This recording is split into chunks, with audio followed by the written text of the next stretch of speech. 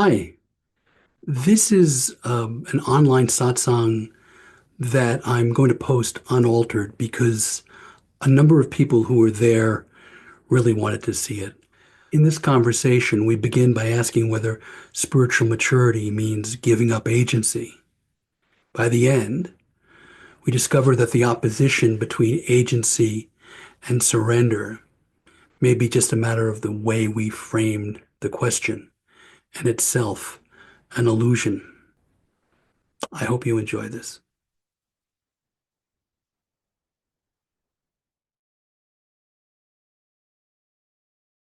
Is the relationship between um, agency and surrender. It's the idea of intending or willing some kind of outcome, as opposed to just simply just relaxing into what is already happening. And let me be more specific. Like, say there's been lots of different things happening, which I've certainly got preferences and desires in terms of outcomes about what's happening at the moment and wanting things to go a certain way. And a couple of times over the last couple of weeks, I've been thinking, okay, I mean, I've in the past I used to do a sort of a regular ritual practice, which often was outcome oriented. So I'd be doing some sort of ritual with the intention of something to as an outcome. And that's kind of dropped away a lot. But just over the last couple of weeks, I was thinking, well, do I want to produce an outcome of some kind? And that could be something as simple as praying for a favorable result or doing a magical ritual to produce a certain result. Um, but whenever I kind of when I was sitting with that this week and like really wanting a certain outcome and thinking, okay, I can probably do something to maybe help produce that. The feeling that's coming through is not to do that. That actually it's just the checking in or dropping into a situation without necessarily putting my agency or my will into it is actually a better response. So it's something to do, something, I don't know if that's if I'm saying that very clearly, but it's the idea of either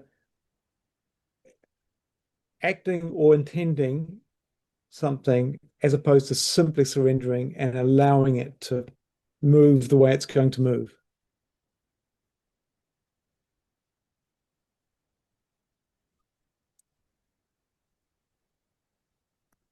Okay. I I could say I'm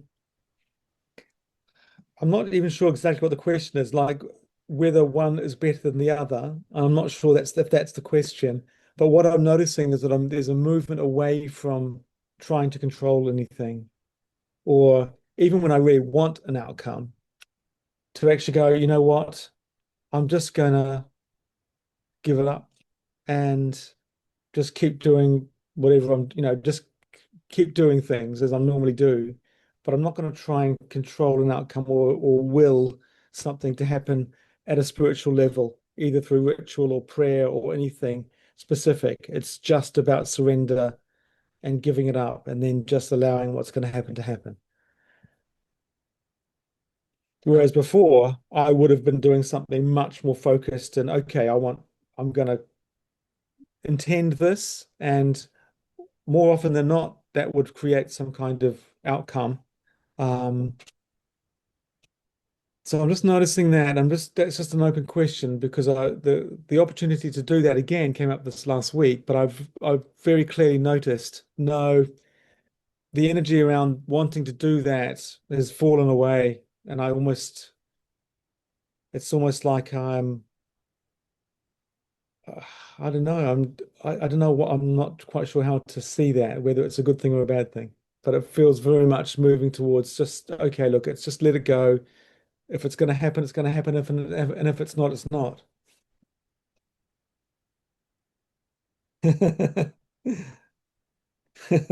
Good.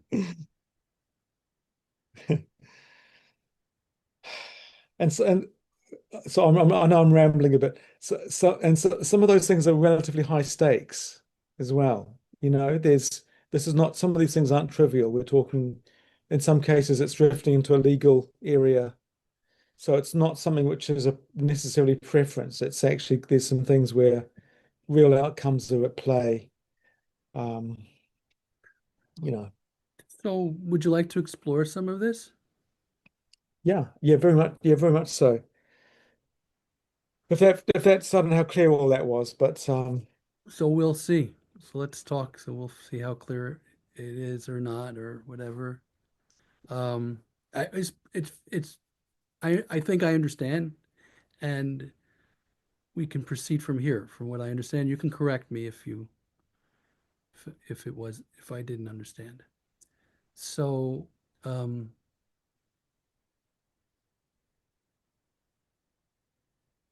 yeah, there's a lot. There's well, first of all, interesting experiment, if that's a good way of saying it.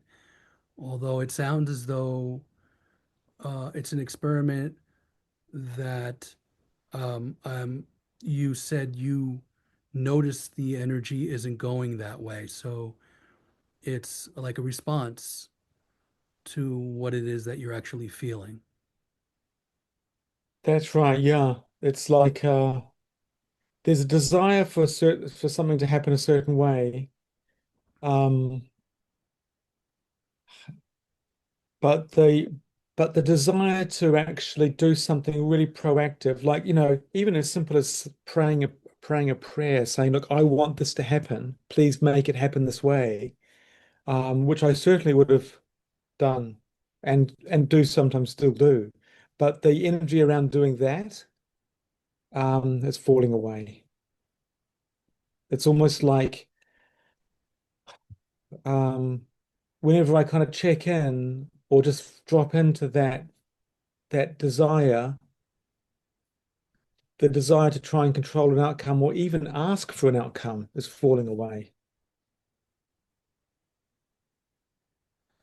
Right. So again, it's like a response to something that's happening through you or to you, however you want to speak about it, right? But Yeah, what's implied is that you could also um, override that change in your in the energy or ignore it or do something other, right? yeah, and I have in the past. I have done that in the past. Um, it feels like a deeper level of. I mean, I'd like to think it's a deeper level of surrender and into trust. It's almost like, you know, whatever I want is already known. I don't need to necessarily ask for it or do some kind of ritual process to produce it. What my that desire is here, and there's no doubt what I want. But what's different now is the desire to try and make it happen. So, and there's certain energetic processes you can do to produce outcomes and magical rituals or meditations and things. There's a kind of like a whole sort of there's sort of tantric schools of moving energy according to your will. But that whenever I think about doing anything like that, now it feels like I don't. It's almost like I don't need to or something. It's something like that. If you want more details of a particular situation, I'm happy to go. But otherwise, Not yeah. Well, necessary right now, I don't think. sure. But let's look a little bit more about this idea of surrender and agency, just to clarify that. I think those concepts are, or at least the language around those concepts is worth looking at. So you um, could respond a different way, and you're noticing certain energetic shifts or some impulses are different, that the feeling is different, and you're responding to that, right? Mm, yeah. So how is that not agency?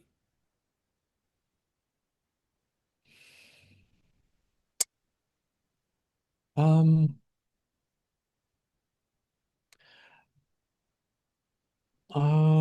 if that's a good question. I think it doesn't, I guess it depends on when I think of agency, I'm thinking of that sort of more like directed will, like having a clear sense of what my goal or my outcome is, and then moving either human action or spiritual action to make it happen.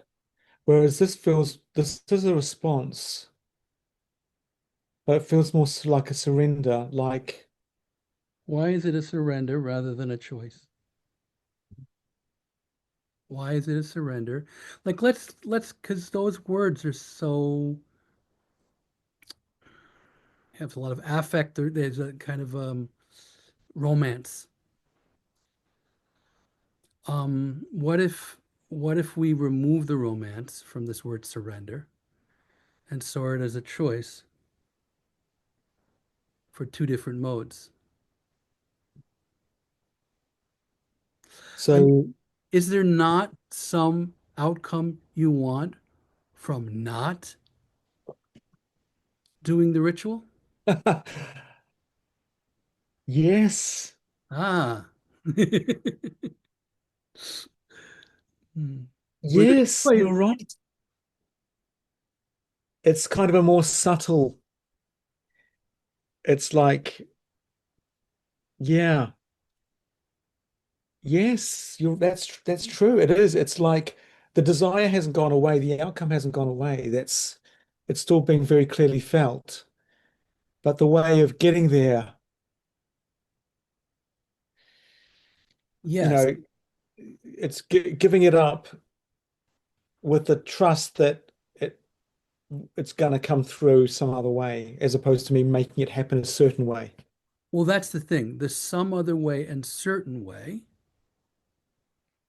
So, it depends. People have different language works for different minds work different ways in terms of conveying this. You could, if you're like a kind of engineering type person or a person who likes flow charts and things like that, you could see how if the goal is still there, but it's a means to an end that's different, that higher up the flow, higher up the chart, and the hierarchy, that still is there. There are different ways to get there. One way is to go for it, and the other way is to allow it to kind of fall into place. However, there's something that you said that I think is very crucial in this. You said something like, and I'm probably getting the words wrong. We'd have to have a replay here, but you said something like, "I'll get it in some other way." You won't like there's an acknowledgement by letting go. You won't have it precisely in the way that before you would think you're going to have it, but you might have it in a different way, Yeah, right? So yeah. what that says to me is that there's without thinking it out necessarily, just from reacting, you could say intuitively or from a gut level or something at that level, there's a recognition that what you really want is not what you necessarily think you want. Mm, yeah. And when you talk about trust, there's a trust that what you really want, you'll get. And so rather than going after something that you think you want, but there's no longer any energy there because there's the intuition that I might be getting, what they say in America, the booby prize. You might be getting, okay, you got your thing, but it's not actually there's a limitation. If what you really want is something sweet and you go after, I don't know, a particular candy, factory made candy, then okay, in the end, you get the factory made candy, but maybe it's not really that good for you. I mean, you get the sweet thing, but if you go, I'm just going to be open, you may discover fruits all kinds of fruits, which are totally sweet and totally healthy. But you trust that eventually you'll come across fruit, which is not, sure, the sweets are also sweet, but they're concentrated and man-made and have red dye and all this kind of stuff put in there. And the other, it's more natural. So to pull back, there's a kind of trust that you'll find what you desire or it'll be shown to you. But there's also the surrender, you could say, or the letting go is of that particular form. Mm, You might not get that particular branded sweet, and that's good. That's fine. You're trusting that you'll get yeah, something. And that, yeah. right? So in Yeah, that, no, for sure, the trust aspect, because that's, you're right, that's really important it is. because I know it's going to come through it'll come through in some way. Well, you trust that it'll come through in some way. Yeah.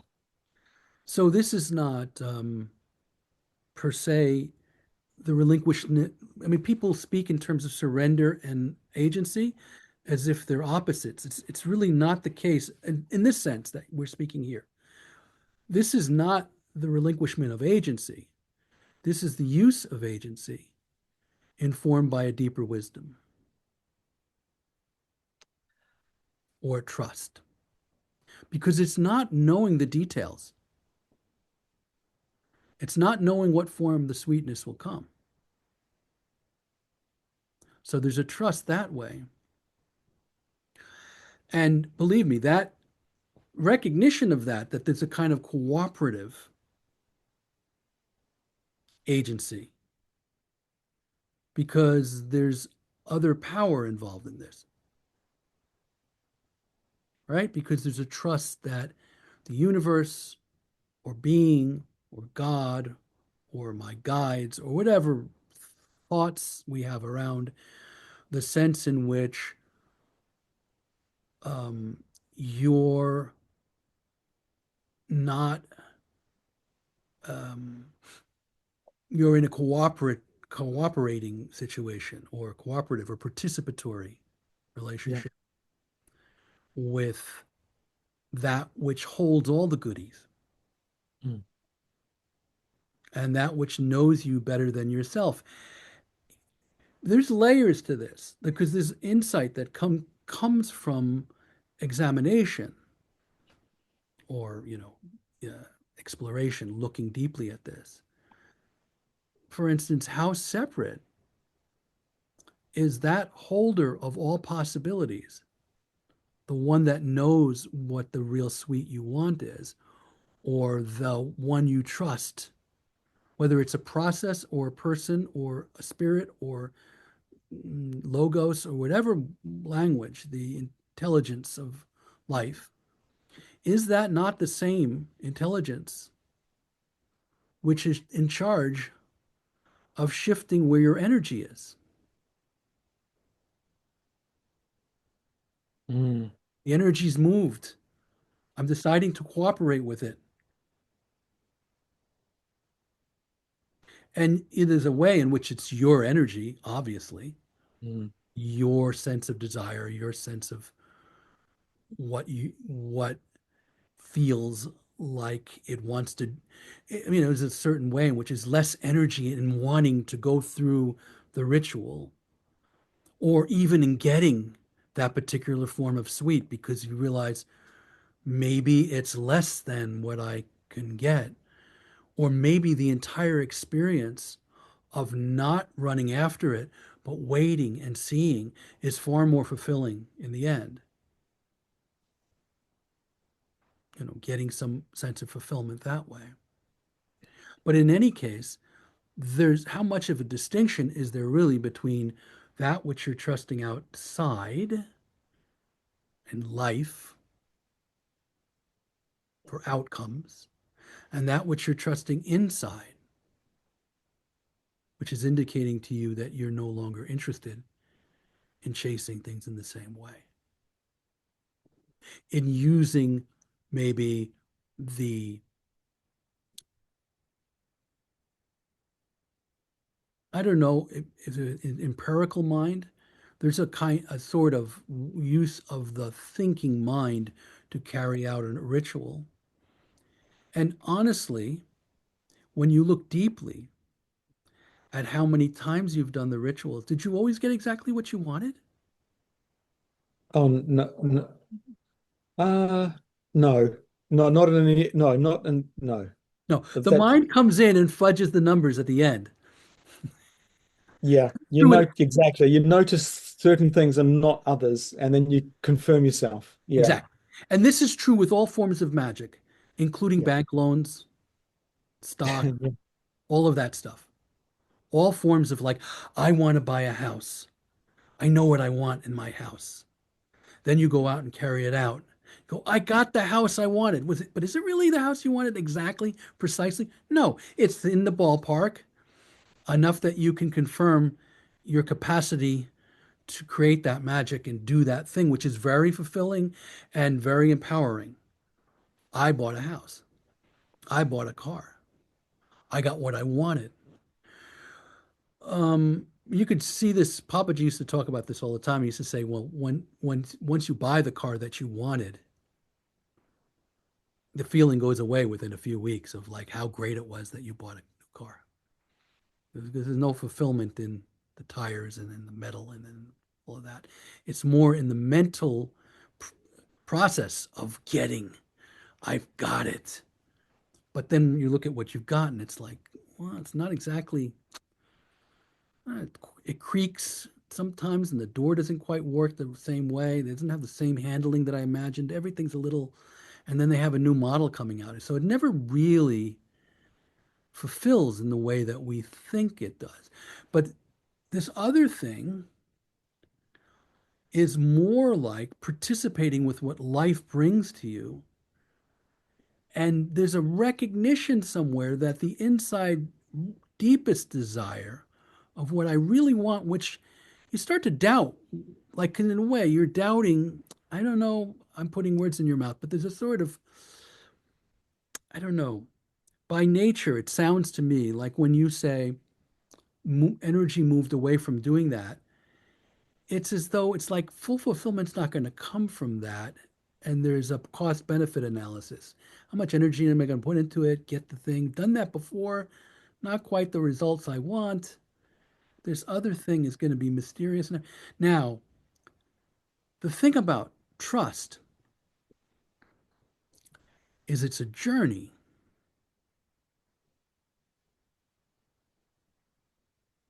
right? Surrender is, it sounds like all or nothing. That's why I don't like that. Same thing with agency or not agency. It's not really quite right at the level we're speaking.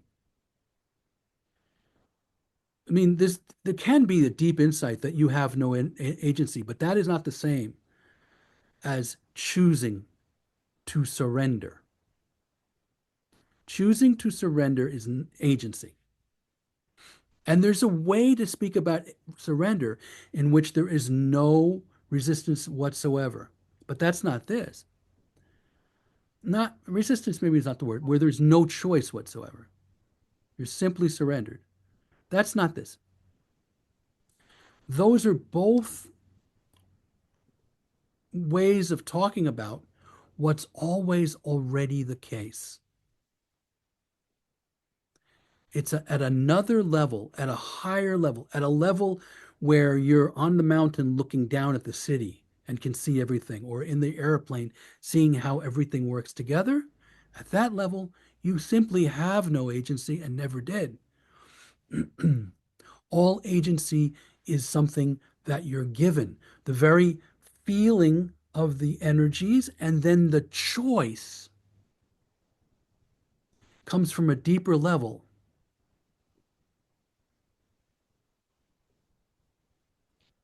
So it's not that there isn't any mechanism necessarily, although some sages experience that mechanism dissolving and many people experience the mechanism gone, but then it may return.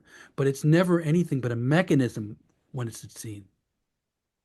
It's not that there's a you that's making a decision that exists separately from the body, the energies of the body, the situation you're in, the information you get. All of that is beyond you. It's beyond you didn't make it. Whatever information you have to make decisions, you receive that from outside. And then you think about it with information that's inside. And even that information that's inside, called thoughts,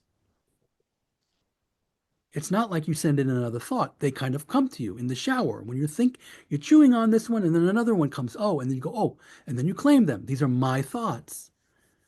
And from my thoughts, now I am choosing to surrender, right? But there's a kind of surrender that's the seeing that it never was. It's not even a surrender. It's just that there is no one there to resist. There was never any situation in which I was not in the hands of God, including the feeling of making a decision, all of that. So Mm. that's there, right? That's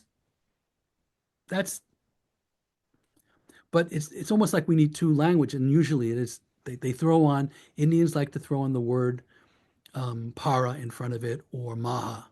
So you could say transcendental surrender is simply the recognition that you've never been in any way, shape, or form in control, that there's no you to be in control. That's transcendental surrender.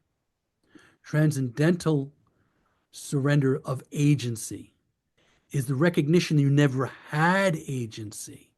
So there's nothing to let go of.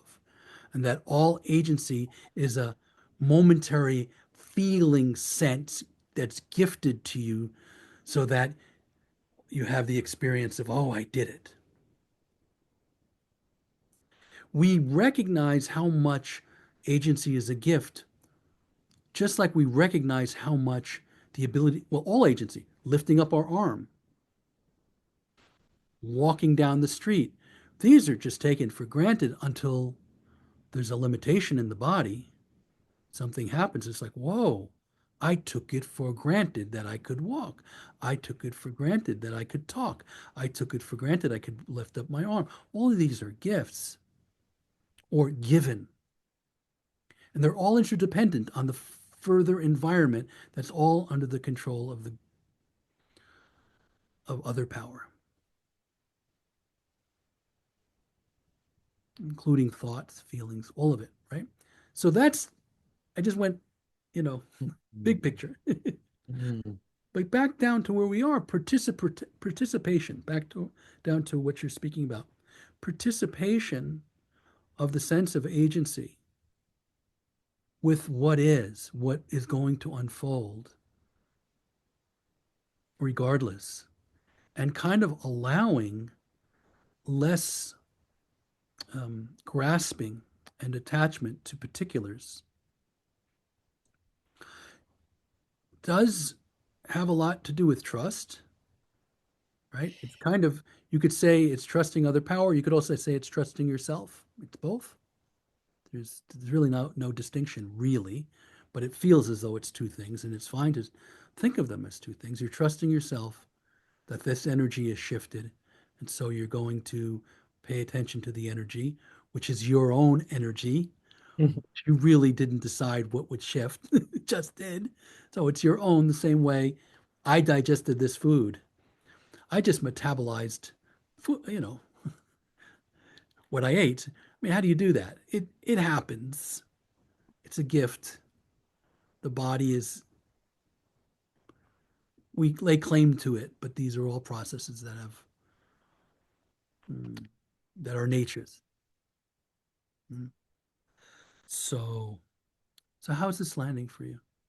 Um, really, really good. In that last few minutes, the idea of agency or non-agent or surrender, it did just sort of kind of collapse. Suddenly understood what you meant by the choice not to act. there's also a kind of agency. Yes. And then suddenly it's almost like they're both actually kind of the same. There's Yes. something, Well, they're the um, same, but you said it before. I don't know what you said, something like it's subtler. Like you're making a subtler choice, yeah, yeah, yeah, yeah. right? So there's a level at which, I mean, there's a way in which you can describe them as the same because they're what in Buddhism they would call relative truth, right? Relative truth means there's the there's the sense of an agent that is separate from what is arising. And the sense of that agent acting is what's in common with both choices. And ultimately, this is all just relatively true. Whether you choose this or that, you're not actually really choosing anything. There's no one really to choose ultimately in that sense. It's all interdependently happening. So there's no difference between them at that level, Mm. that sense. But especially Buddhism, who that really refined this, Mahayana Buddhism, really mm, um, the idea that relative truth is still truth. In other words, this kind of you could call it the horizontal level. That's how I like to speak about it because it's about past and future and getting and losing and all of that. It's part of the story, which is what the relative truth is, right? It's part of our spiritual adventure. It does matter what choices we make. In other words, the subtler is quote unquote better, relatively speaking, in a relative sense. So in Hinduism, this is usually spoken of in terms of the sattvic, choosing more and more of the sattvic rather than the tamasic or the rajistic, like rather than choosing things that will dull you and basically make you just check out and not be present to what is. Those are choices people make. A lot of you think about people who are doing a lot of heroin or whatever, things where, you know, or we all have some degree of, checking out. I mean, I'm binging series of television. It definitely kind of numbs you, that kind of numbing. That is not very useful for spiritual life. And then the registic is more like doing activities that move energy. It's a little better. So they, like being active in life. But then the sattvic is like what you're beginning to see. That's sattvic. Like, oh, wait, I'm not going to grab at things and interact. I'm going to do some letting go here. I can, and it's really helpful when it's clearly seen that you're not moving in that direction. The problem with all of these things, they become admonitions. So even if your energy isn't moving there, you go, oh, it's better for me to be, and then there's another struggle that's created rather than insight into, okay, I need to pursue these things and then, but pay attention. What do I feel at the end? Okay. And, there's layers and layers of like um, spiritual materialism because it's like, I learned that I'm supposed to not be satisfied with going after things. And so I'm thinking that as I'm going after it. So then you go at the end and go, well, I did enjoy it. Wait a minute. But then you have to look very carefully and say, oh, no, it's this way in which it's not enjoyable. Okay. It doesn't mean this, it means this. And you know for yourself rather than what you've heard. And then it has, you go, well, this is not enough for me to stop. Well, it is. After a while, it wears it away. And it's your own insight. And then it's like, oh, my energy is not going there. It's going over here. Or I can easily choose this. So Buddha, the Mahayana Buddhism is very clear about this. Otherwise, there would be no understanding agency at the ultimate level where it's simply there's no one choosing anything. There would be literally no difference between murder or taking somebody in and feeding them. They're both just choices. There's nobody choosing them. What the heck? What's the difference? Well, there's a big difference. And Buddhism is very like, hey, this is the big trap of just recognizing emptiness. Mm, Huge trap. And they call it nihilism, that you fall into by only having the experience of emptiness. And then, I mean, it's not, I took some dramatic ones, murder, but there's many other unskillful, totally unskillful, uncaring things that people have done to each other. I can testify it to my life, in my own life, and among all the communities I've been involved in, where people have like blown out experiences and then they treat other people horribly because they're like, oh, whatever I do, if I'm in this space, it's all okay. It mm, doesn't matter. That's their responsibility, all that stuff. And terrible ways of treating people. You won't find that in the teachings of Mahayana Buddhism. You won't find that in Hinduism, even among the mystics. What you find is compassion, love, um, um, non-harm of others. Very important, not just because, not, I was going to say just because, I'll just say not because the big God, the big daddy at the top told you these are the things you shouldn't do. Not for that reason. What reason? Because it's not in accordance with nature. It's not in accordance with that with from which all of the forms are arising. All of the forms are unified. They're not separate. You're not living in a world where you exist separate from other beings.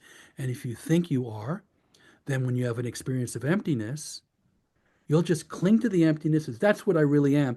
And then all the ways in which the body and the mind and the emotions are actually in communion with and participating with others is ignored because I'm just me at that level. So this is subtle and very, it's like where ethics are inseparable from awakening, from clarity, rather than being something tacked on.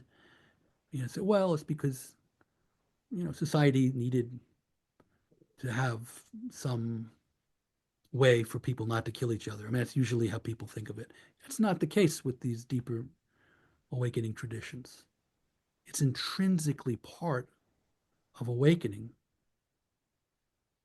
that you continue to make better choices, but they're better in terms of the deepest desire, not necessarily in terms of what appears on the outside for an outcome.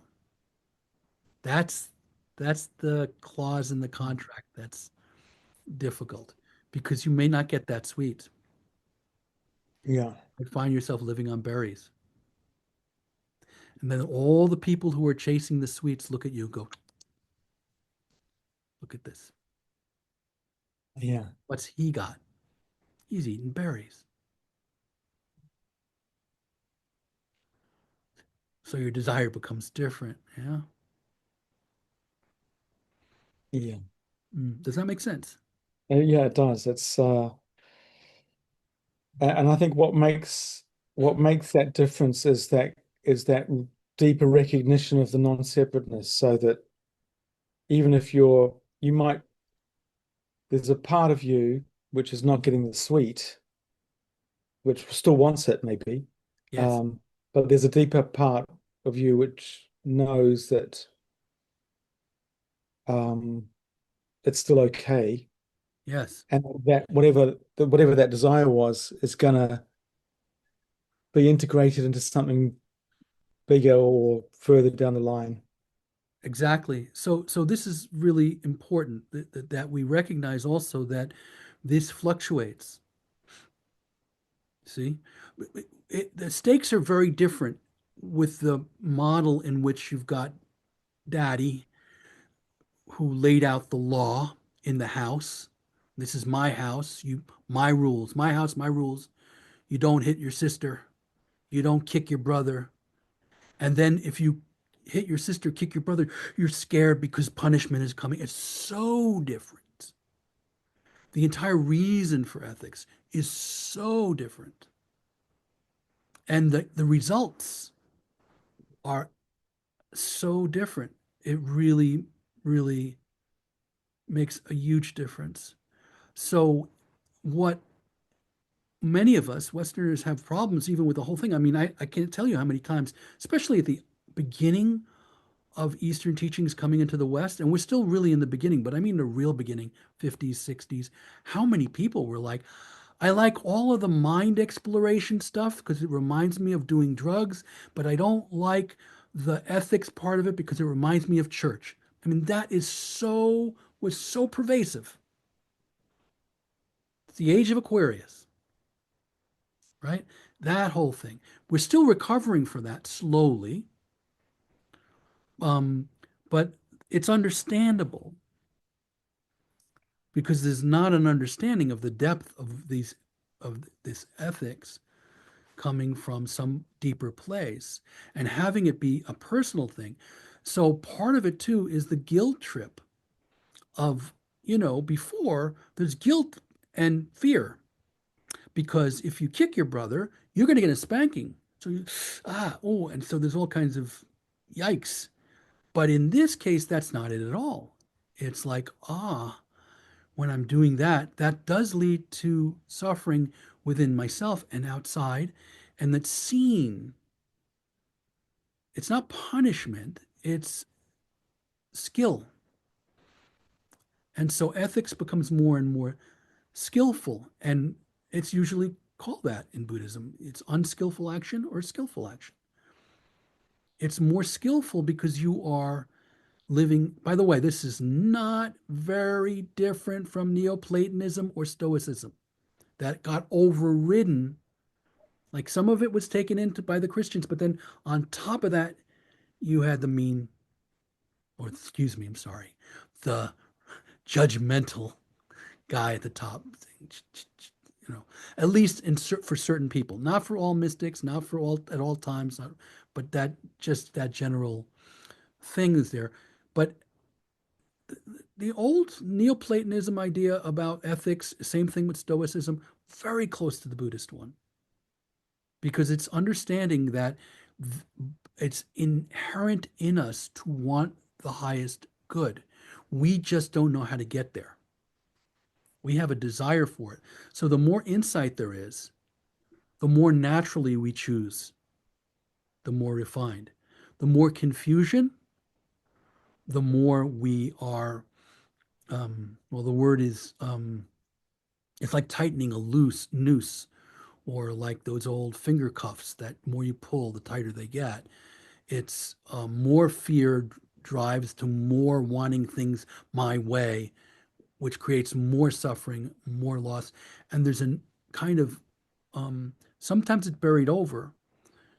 I mean, the thing about all of this is in the cases of people who are so numb, and this includes all of us, but we can use extreme examples, um,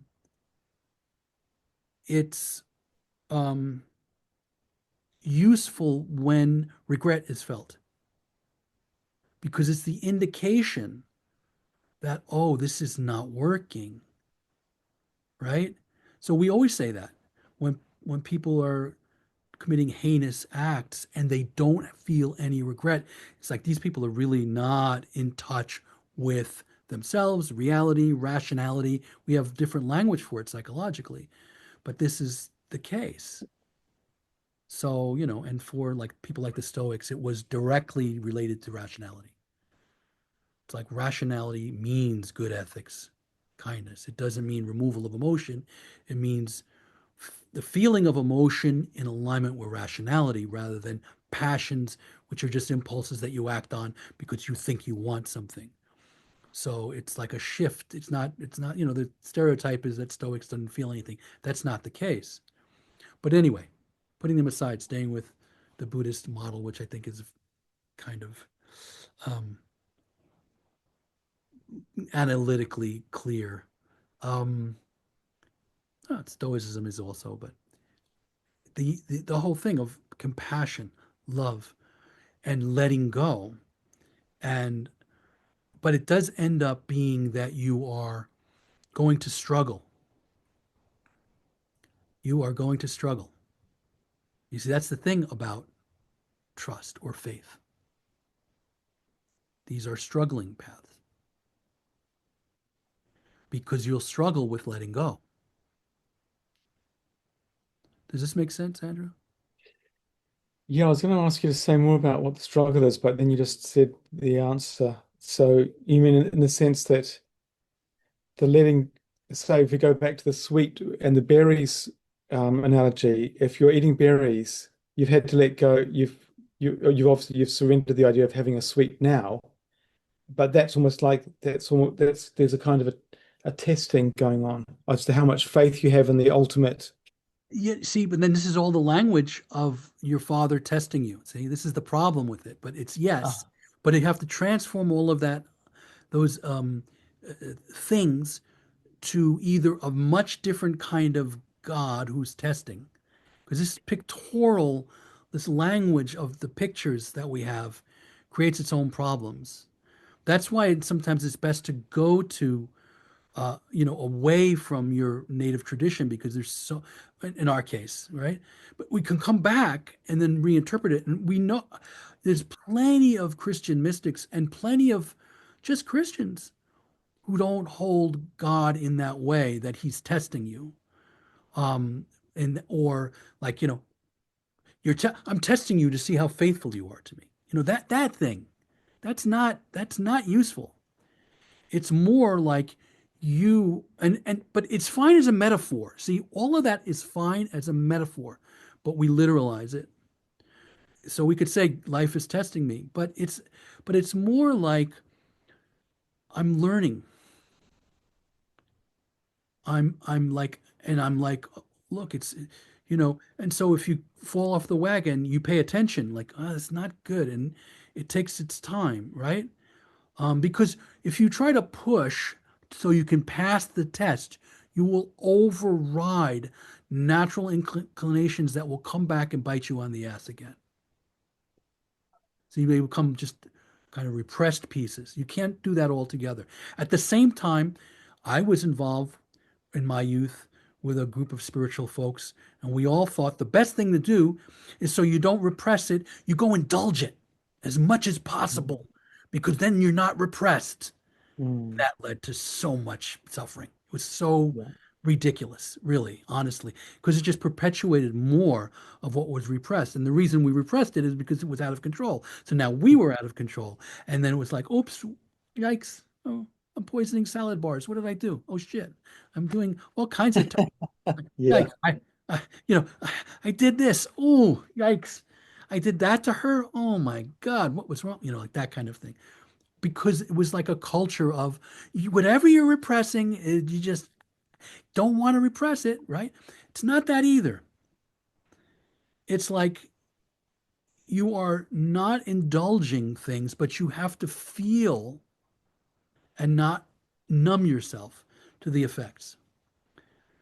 Is that what? Because I was going to ask you what you mean by the word struggle. If we don't, if the word test, I understand what you're saying about the word test. There's a punitive aspect to that. Right. What do Just you mean by the feeling, word struggle? it's just feeling everything. It's really what it is. Uh-huh, uh-huh. You don't even have to call it struggle. Maybe that's too much of but it's kind of like it, faithfulness to your process.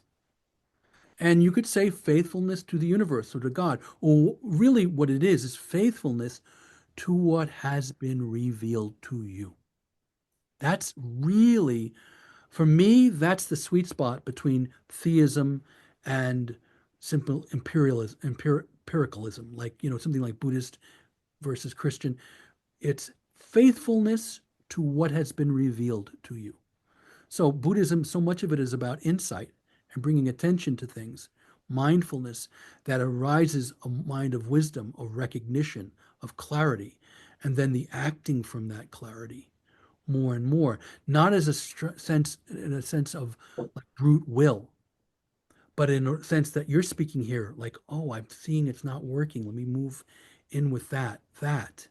And there may be small acts of like renunciation in that for monks, there's big acts of renunciation. That's a whole other thing. If you're in a monkhood, it's a different thing.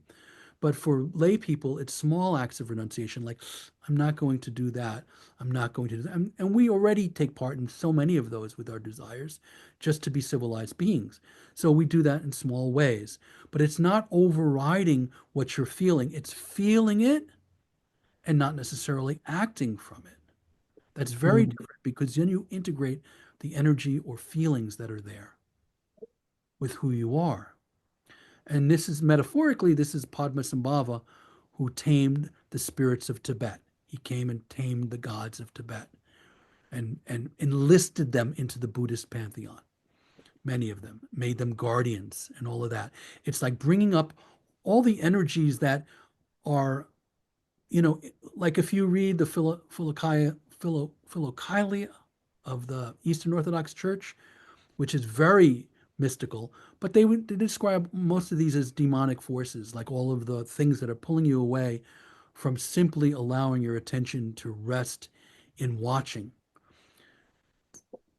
Padmasambhava tamed those spirits. It's like not just pushing them and renouncing them, but feeling them and being present to them, but not indulging them. He tamed them. He didn't indulge them. At the same time, he enlisted them. He integrated them. That's what Tibetan Tantra is, as opposed to American and New Age European Tantra. I mean, and there's more and more of an overlap. People are discovering both more and more. But it never was about indulgence so that it didn't, if you indulge it enough, you'll be free from it. It was never that in, in, in, uh, I'll put it this way. There were certain people in certain contexts with certain rituals that did it in a contained way where they had sex with other partners. But that was like a subsect of a subsect of a specialization of tantra, where the whole of tantra was about all of it was about um, integration of energies through transformation of them by feeling them and being present to them. And that's even true of the other one because it was done in a very contained way with a certain ritual. And when it was over, they all walked away and they were quiet about it. And it was only 5 or 6 people involved at each time. It was very different than, yay, we're all doing this thing. No, that's fine. There's nothing. I don't have anything against polyamory, but it's just like call things for what they are. I mean, like this is. mm. So anyway, okay. How is this landing for you now? Uh, really good. There's a lot there, but I think I've that the core insight for me was that moment when I could see that there is no ultimate that the idea of a difference between agency and surrender is actually only real at a certain level, and Right. there is a distinction at a certain level, but the way I was holding that question now has just kind of fallen away. And Good. I can see that I can definitely now see what you mean when the very first thing I think you said was that surrender has agency in it. Yes. Now I can that there's a moment when I really got that, which feels really interesting. So this is the thing. If you continue, like you could give this very simple advice, as long as there is a chooser, choose surrender, choose let go. Very easy to say. Me knowing that you will not always do that. That will not always happen because, like you said, it's a habitual tendency that's actually running itself out to choose the other one, the one you're used to. So that's it. I mean, one way of saying it is choose it. Another way of saying it is it's going to, of itself, play itself out as long as it does. And that's a more recognizing that is not actually an I doing it. It's just patterns that are unfolding. That's another way of saying both equally useful in different times. The more that you choose letting go, at a certain point, there's a recognition that without a chooser, letting go is the natural way because it's simply an alignment with the way things really work. It's the smoothest, it's the most natural way of being because everything is changing. Because everything is changing, we don't really have, with our thinking mind, the controlling mind, we don't really have any wisdom to know how to have a life that is actually sustainable.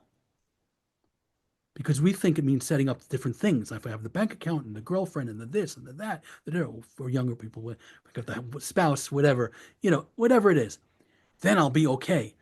We're always doing that. That's what we've been trained into, conditioned into, programmed into.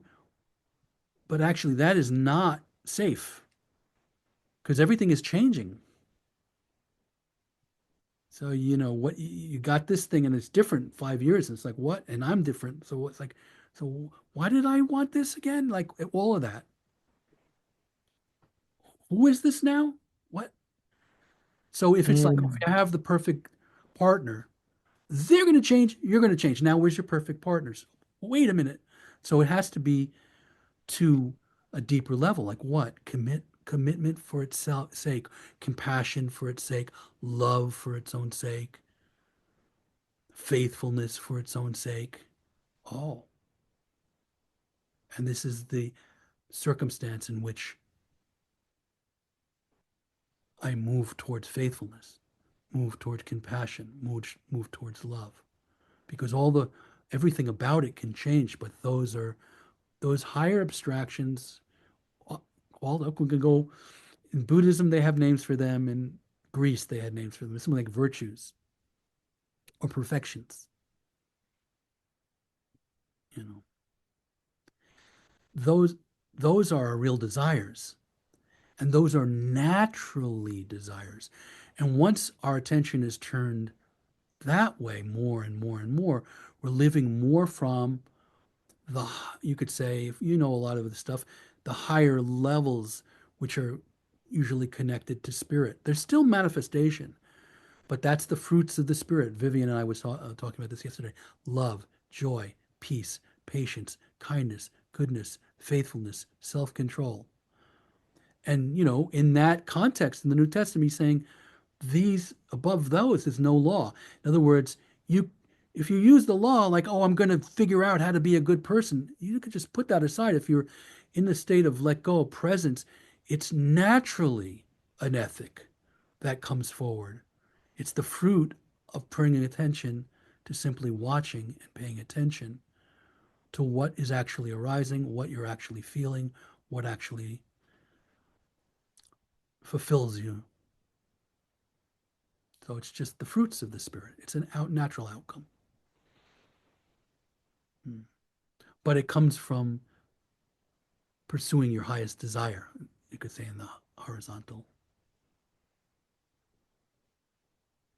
Mm. That's a pretty good place to end satsang. How's that landed for you, Andrew? No, that's great. Thank you. I really appreciate that. It's great. It's Thank no you. problem. Thank you.